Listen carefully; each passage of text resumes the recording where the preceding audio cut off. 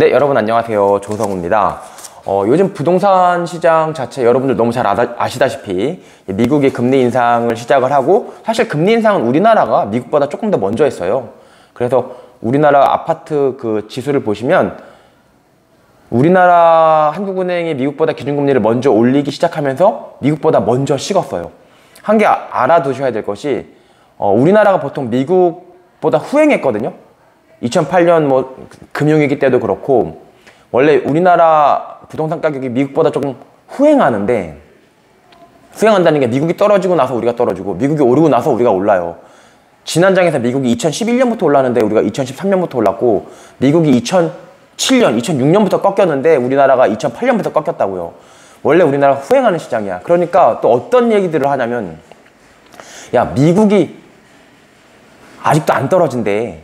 그러면서 우리가 미국을 후행한다고 하면 미국이 안 떨어진다는 건 뭐예요? 우리가 너무 과도하게 떨어지고 있다는 말도 되잖아요. 그러니까 우리나라가 지금 너무 많이 떨어졌다, 너무 저평가됐다 라고 얘기하면서 미국 시장 상황이 지금 우리나라보다는 미국 시장이 조금 더 좋거든요, 부동산 시장이. 그러니까 우리보다 선행하는 미국도 부동산 시장이 좋은데 후행하는 우리 대한민국이 왜 이렇게 부동산 시장이 나쁘냐, 뭔가 잘못됐다 라고 얘기하면서 다시 지금 약간 반등하고 있으니까 그 반등의 원인을 거기서 찾는 사람들이 있어요.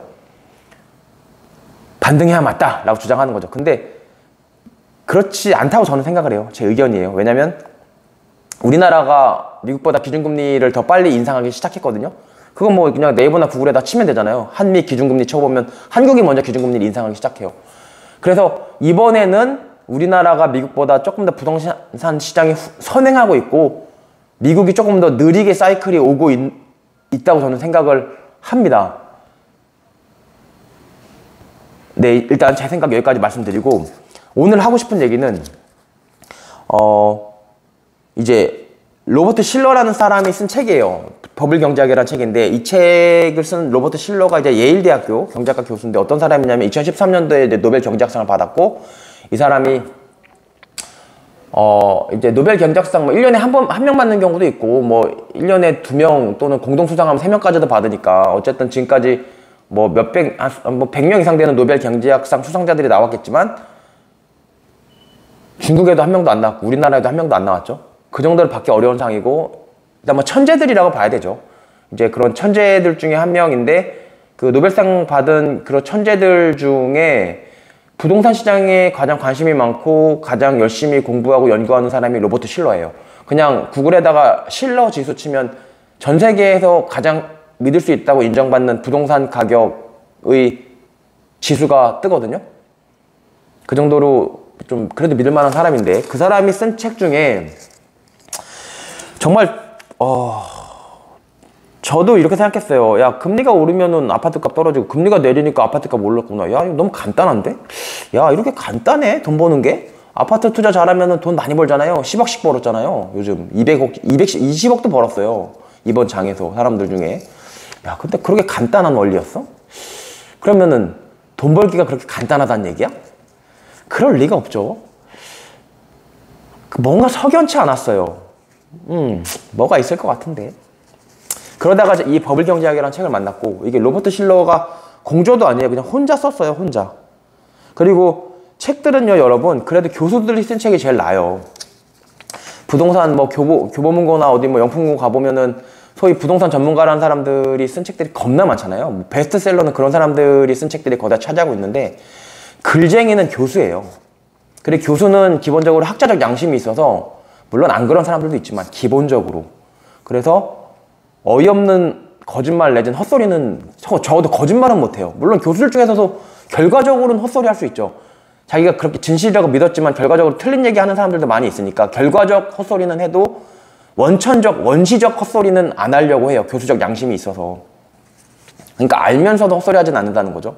근데 부동산 전문가들이라고 하는 사람들은 일단 글쟁이가 아니어서 글을 못 쓰고요.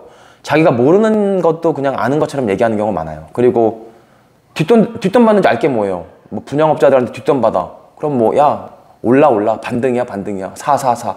왜? 분양업자들은 지금 분양한 데서 미칠 것 같거든요. 분양 안 돼갖고 미칠 것 같은 분양하시는 시행사, PM 사람들 제가 많이 알고 있거든요. 어쨌든 그래서 제 생각에는 책을 볼 때는 그래도 교수들 책이 원래 글쟁이들이기 때문에 교수들 책이 또 학자적 양심도 어느 정도 있고 저는 맞다. 그런 교수들이 쓴 책들이 책을 여러 개 읽어보면 교수들이 쓴 책이 그나마 좋아요. 그래서 조금 얘기를 하면 이런 얘기가 나와요. 여기서부터 보셔도 돼요. 여기서부터 중요한 얘기를 하는 건데 여기서 강조하고 싶은 것은 버블의 원인으로 지적되는 이런 요인들이 버블의 산물이지 버블을 일으킨 외적 원인이 아니라는 것이다. 이 얘기인 것은 금리가 낮다는 게 버블의 원인으로 지적이 되고 있는데 이러한 저금리는 버블의 산물이래요. 버블 때문에 생긴 거지 버블을 만든 게 아니래요. 금리가. 그럼 지금까지 말했던 거랑 다르죠. 제가 말했던 거랑 다르죠. 제가 믿어왔던 것들. 야, 금리 낮으니까 아파트값 올라? 돈 벌기 쉽네. 이렇게 돈 벌기가 쉬운 거였어? 아니라는 거예요. 금리 낮아서 아파트값 오른 게 아니고 아파트값 올라서 금리가 낮아졌다는 거예요. 선후관계가 바뀌었다는 거예요. 다시 읽어드릴게요. 여기서 강조하고 싶은 것은 버블의 원인으로 지적되는 이런 저금리 요인들이 버블의 산물이지 버블을 일으키는 외적 원인이 아니라는 것이다. 미국 연방준비제도 이사회는 기준금리인 연방기금금리를 이게 미국 기준금리를 2003년 중반 1%까지 낮추고 2004년 중반까지 그 수준을 유지했다. 주택가격이 가장 높은 상승률을 보인 것도 거의 그때다. 여기까지만 보면 또 뭐예요? 뭐야, 금리 때문에 결국 부동산값 올랐다는 말이네. 좀 더 읽어볼게요. 게다가 인플레이션이 반영된 실질 연방금리는 주택가격이 급상승한 2002년 10월부터 2005년 4월까지 31개월 동안 우리나라 아파트 가격 폭등한 기간이랑 미국이 얘기하는 거랑 일치해요. 2002년 10월부터 2005년 4월 31개월 동안 네거티브 금리, 물가 상승률보다 낮은 금리를 기록했다. 하지만 이처럼 느슨한 통화 정책이 버블의 외적 원인으로 작용했다고 생각해서는 안 된다. 라고 얘기하면서 그 원인으로 자기 주장에 대한 근거로 저금리만으로는 9년간의 주택시장 붐을 설명할 수 없다. 이번 장 말고 지난 장 있죠. 1999년부터 시작된 지난 장. 노무현 정부 때 막 버블 세븐이다 막 아파트값 막 때려잡으려고 난리가 났잖아요. 노무현 정부 때 기억하세요? 이명박 정부 들어서도 조금 잠잠해졌잖아요. 미국도 그때 같이 올랐다고. 그때 얘기를 하는 거예요. 저금리만으로는 그 9년 동안에 노무현 정부 때 그 장을 주택시장 붐을 설명할 수가 없다. 부동산 붐 기간이 저금리 기간보다 3배가 더 길었다. 저금리 때문에 주택시장이 그렇게 뜨거웠다면은 저금리가 끝나면 주택시장이 끝나야 되는데 저금리가 끝났는데도 주택시장이 계속 금리랑 관계없이 막 올랐다는 거예요. 그러니까 금리는 붐의 산물이지 금리가 붐의 원인이 아니라는 거예요. 선후가 바뀌었다라고 얘기하면서 또 이런 얘기를 해요. 1930년대 여러분 대공황이라고 아시죠? 대공황이 사람들이 알기로는 미국 대공황, 그럼 저도 경영학과를 졸업을 했지만 대공황 그냥 우리랑 관계없는 얘기야. 야, 대공황? 언제 때 무슨 호랑이 담배 피던 시절이야. 1930년대? 우리나라 뭐야 일제강점기네. 우리 엄청나게 힘들 때 아니야? 관계없어. 나 몰라. 뭐 그런 게 있었대. 근데 그때 지금이랑 똑같이 사실 이제 이 로버트 실러 얘기는 2008년 리만 브라더스 사태 터졌을 때 뜨거운 부동산 붐이나 지금 2021년, 2022년, 지금 2023년이죠. 이때 뜨거운 이 느낌, 이 부동산 붐, 이게 같은 정도로 부동산 붐이라고 얘는 얘기를 하고 있어요. 이 얘기를 왜 하냐면 그 사람이 또 하나의 부동산 붐으로 설명하는 게 1930년 대공황이에요. 그러니까 로버트 실러한테 있어서 버블이라고 하면 우리는 뭐 야 부동산 다거품이야 맨날 이러지만 아니에요. 노벨 경제학상 받은 이 로버트 실러가 생각하는 부동산 붐은 3번이에요 1930년대 대공황, 우리가 뭐야 호랑이 담배 피던 시절 그렇게 느끼고 있는 대공황이랑 2008년 우리가 알고 있는 그 노무현 정부 때 그 부동산 붐, 그리고 문재인 정부 때 이 부동산 붐, 최근에 있었던 붐, 이 3가지만 로버트 실러는 붐이라고 하고 그 붐의 1930년도만 빼고는 나머지 후자 2개 붐은 우리나라랑 미국이랑 같이 갔어요. 같이 붐을 맞았거든요. 근데 이 얘기를 왜 하냐면 로버트 실러 얘기는 1930년대 이거 읽어볼게요. 1930년대 부동산 위기가 절정에 달했을 때 대공황 때도 부동산이 1929년도에 지금처럼 엄청나게 뜨거웠다가 팍 터지면서 30년도에 대공황이 왔대요. 저도 그때 안 태어났으니까. 로버트 실러가 그래요. 뭐라고 하냐면, 시간이 10분이 지나고 있는데, 지금까지 봐주신 분들 감사합니다. 1930년대 부동산 위기가 절정에 달했을 때 등장한 것은 결코 우연의 일치가 아니다. 다시. 부동산 투기의 전통적인 이 두 세력이 1930년대 부동산 위기 절정에 달했을 때 등장한 것은 결코 우연의 일치가 아니다. 부동산 투기에 대한 대중들의 관심이 그때 바로 절정에 달했기 때문이다. 그리고 지금 우리는 또다시 부동산 투기에 대한 대중의 관심이 고조된 시기에 접어들었다. 이게 2007년에 쓴 책이에요. 주택 투기에 관한 새로운 서적들이 다량 출간되었으며 지금 온갖 부동산 막 난리도 아니죠. 책들 제가 말씀드렸죠. 그런 책 잘 선별해서 보시라고. 1990년대 주식시장 붐의 후유증으로 1990년대 주식시장이 완전 폭락했잖아요. 폭망했다고 그때 IT 버블 꺼지면서. 그래서 도저히 주식시장 안 되겠다. 뭐하지? 돈은 있는데 부동산 들어갈까? 이게 노무현 정부 때 부동산 붐의 가장 큰 원인이라고 얘는 얘기를 해요. 근데 얘가 누구야? 제가 볼 때 우리나라 전 세계 부동산 1타 강사야. 90년대 주식시장 붐의 후유증으로 부동산 시장에 관심이 다시 집중되면서 버블 사고의 사회적 전염이 강화되었다.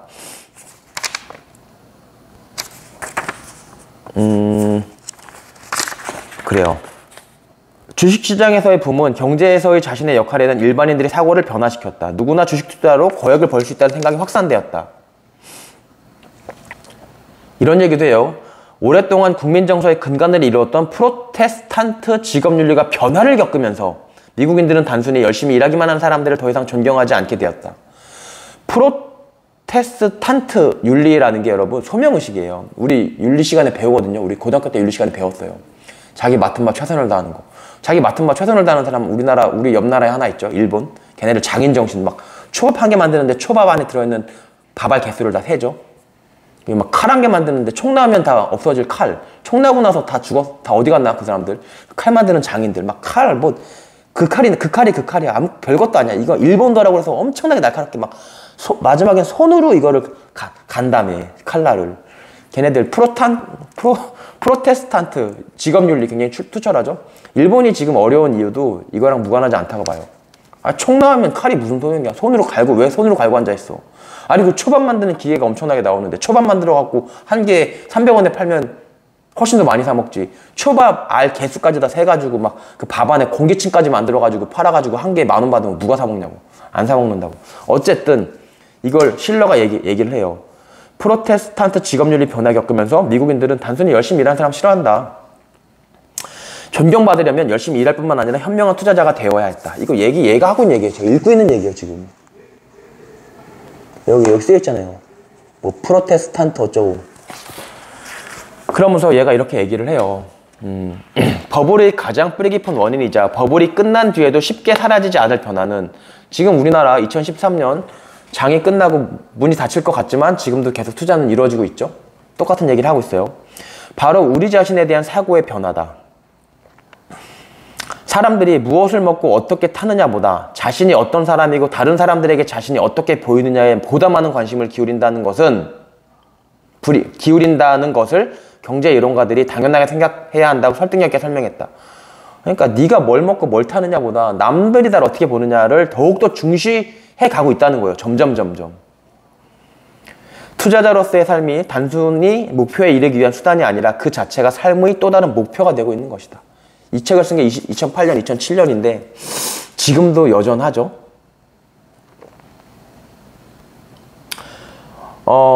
정말 좋은 얘기들이 많이 있어요. 그러면서 이제 시간이 계속 지금 14분이니까 지금까지 봐주신 분들 감사드릴게요. 제가 조금 더 말씀을 이제 거의 마무리를 져야 되는 상황이 왔는데 무슨 얘기를 하고 싶냐면 잠깐만.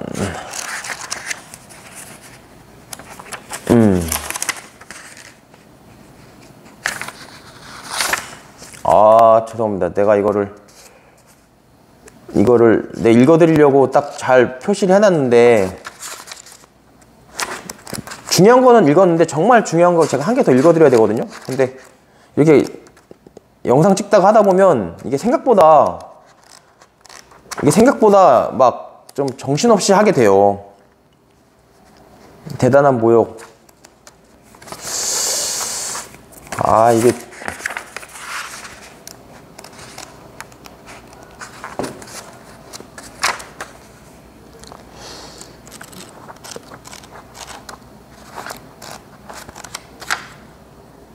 전염력이 강화되었다. 아, 여러분 찾았어요. 경제학자인 하이먼 민스키와 찰스 킨들버거가 오래전에 주장했던 것처럼 이러한 상황을 초래한 대출기준 약화. 대출기준 약화라는 게 뭐예요? 금리를 저금리로 만들고 막 90%, 막 80%까지 막 대출해주고 막 신용 안 줘도 대출해주고 그런 게 대출기준 약화죠. 이거는 투기적 버블의 정상적인 과정의 일부다. 대출기준 약화, 저금리가 투기를 만들어내는 원인이 아니고 투기적 버블이 정상적인 투기적 버블이 막 일어나면서 그 과정의 일부로서 산물이라는 거야. 저금리가 대출기준이 약화되는 게 낙관적인 시각이 팽배해 있는 상황에서 야 올라 더 올라 야 들어가자 가자. 그들에게는 매우 먼 이야기로만 들리는 반락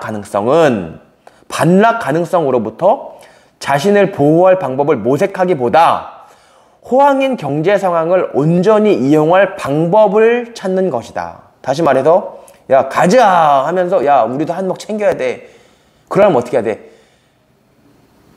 야 그래 우리도 한몫 챙기자. 야 대출기준 약화해. 야 빌려줘. 안 떨어진다니까. 계속 올라. 빌려줘. 야 저금리 가져가. 야 싸게 빌려줘. 안 떨어져. 야 우리도 이자 받잖아. 좋잖아. 누이 좋고 매부 좋고 아파트값 안 떨어져. 호황인 경제 상황을 온전히 이용하는 것 중에 하나로서 대출 기준이 약화된다는 거예요. 그러면 야 가자, 야 좋아 가자 막 야 안 떨어져. 사람들이 생각하는 이 원인 왜 뭐 때문에 갑자기 사람들이 가자 노래를 부르는 거야? 왜 뭐 때문에? 저금리 아니라잖아. 저금리는 가즈아의 원인이 아니고 결과라며. 그럼 가즈아의 원인은 뭐야? 그거에 대해서 이 사람이 책을 또 한 개를 썼어요. 무슨 책을 썼냐면 잠깐만요. 아 여기 저기 있네. 내러티브 경제학이라는 책을 썼어요. 이 양반이 로버트 실러라고 내러티브 경제학 쓴 책인데 이거는 21년도에 쓴 책이에요. 여기 보면 21년도에 쓴 책이야. 이거를 요즘 보고 있거든요. 이 사람이 야 가즈아의 원인은 뭐야? 내러티브라는 거예요. 내러티브가 뭐예요 여러분? 뭐 나레이션 이러잖아. 나레이션 약간 소설 뭐 이야기 재밌는 뭐 얘깃거리 이런 게 나레이션 내러티브 뭐 스토리 이런 거란 말이야. 내러티브란 뜻이. 이 사람 얘기는 가즈아의 원인은 내러티브래요. 이야기. 그게 뭘까요? 저도 읽고 있어요. 네, 도움이 되셨다면 좋아요 눌러주시면 감사드릴게요.